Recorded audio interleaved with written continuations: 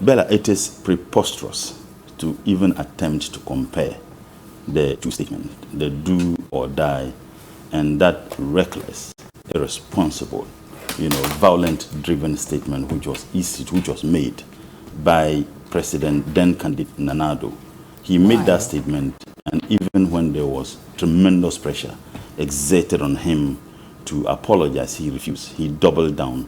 And it's not the same thing the former president is also saying. He says he won't I'm coming. No, back down. I'm coming. He doubled down and even defended it the more. And people like Kamal and Co. were publicly defending such violent-driven, reckless and irresponsible statement. And that's why I'm saying that it is preposterous. When Haas and Kotoko are playing all the time, it is always do or die. And President Mahama, on the very platform, the very spot, the very time, he said it is going to be do or die. He said, I don't mean all die be die. And even said that explain the do or die on that same platform, that same program. So if I make a statement and I explained it, I explained what I mean by making that statement. You have a section of the media who attempt, for some reason best known to them, attempt preposterously to compare that statement with the all die be die. Assuming President Mahama made the statement and left, and it took him days to come to explain himself and what he meant by the statement, there could have been some justification in attempting to twist the statement. The same program, the same spot, when he made that statement, he explained what he meant by that. So what other explanation do anybody want? So anytime Kotoko is playing with Haas and they says today's match is going to be do or die, has anybody ever been killed? I heard someone saying that the May 9 was as a result. What ridiculous that May 9 was as a result of some of the do or die. And I won't be surprised if such a person goes down with that ridiculous statement to make. Even without that, if such a thing would have happened, it would have happened. It had nothing to do with that. And it is not only Kotoko and Haas. Several people, it's going to be do or die. Now, President Mahama said that, look, we witnessed what happened in 2020.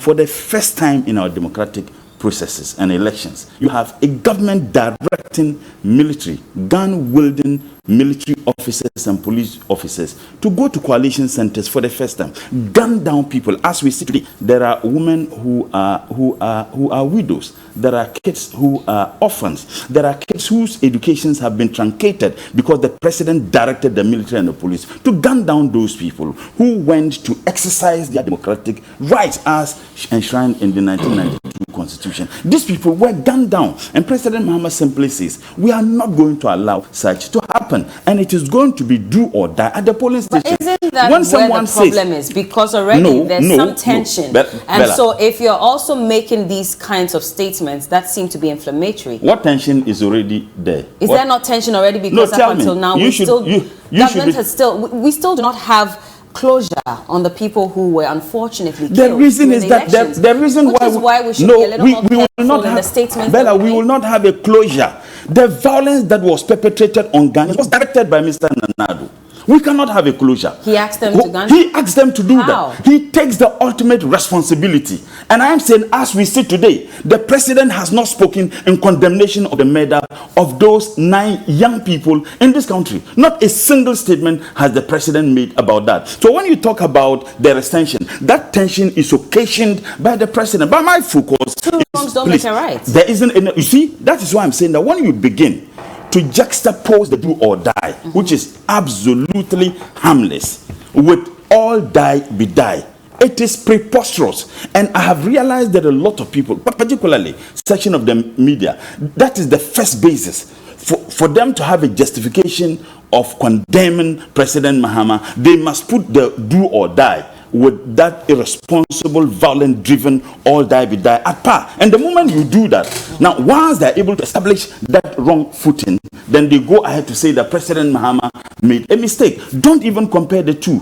I am saying that we have had do or die. Everybody, and I believe that in this Metro TV3 and other media, you have, today is going to be do or die. We say it. So if President Mahama said do or die on that same platform, he explained what he meant by do or die. That same spot. He didn't need to go out for people to remind him. He explained that. Yet this argument he made, and they attempt with that wobbling narrative comparing the two, juxtaposing it. And on that basis, they say that President Mohammed said the same thing Mr. Nanado said when he was What kind of foundation are you laying for, and I'll say grassroots with care? Because maybe for a lot of people who are enlightened, they'll have the opportunity to understand what do or die means. But for some die-hard fanatic who may not necessarily understand, and they look at it with face value and say, do or die means I have to do everything I can to support my party and ensure that we don't lose the election. And if I die, I die. I mean, if I am engaged in some violence, then it really doesn't matter because my leader says do or die. Are you not worried about the implications of that? Bella, I am not going to, and this statement, get me very clear, it is not in reference to you. This arrogant posture of people thinking that those who appreciate some of these things are only those who are educated. We must stop it. Are you telling me that the ordinary woman on the street at Makwala, the Kayi girl, doesn't understand do or die? Is that what we are suggesting? We may understand it differently. In fact, you can have educated people who wouldn't even appreciate it more than the Kayi girl at Agbobulushi. The point I'm simply making, anytime Haas is playing with Kotoko, or even when we're in Tamale, RTU playing with Kotoko or Haas, then we say do or die.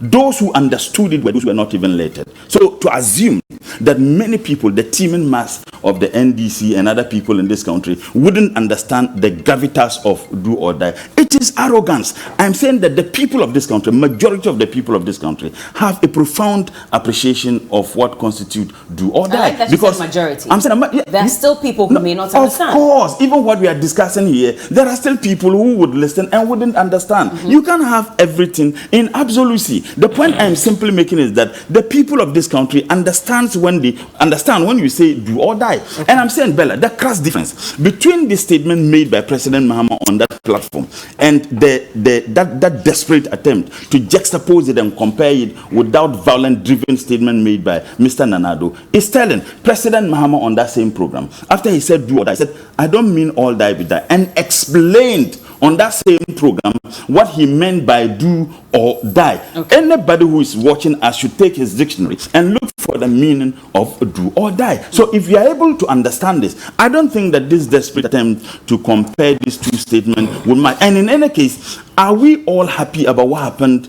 on 7th December? Nobody's happy about that. So I'm saying that when the people of this country demanded that president and the government must act, when we had Ayawaso, when people went there to exercise their democratic rights, they were beaten to pulp. Now, the president consistently failed to act. And President Mohammed says that the 2020 elections, at the polling station, even if you listen to him, that at the polling station is going to be do or die. Okay. We will do everything possible. We will stretch ourselves to our limit to ensure that the democratic rights and processes of this country are protected. And never again should we allow anybody to come and intimidate us with guns.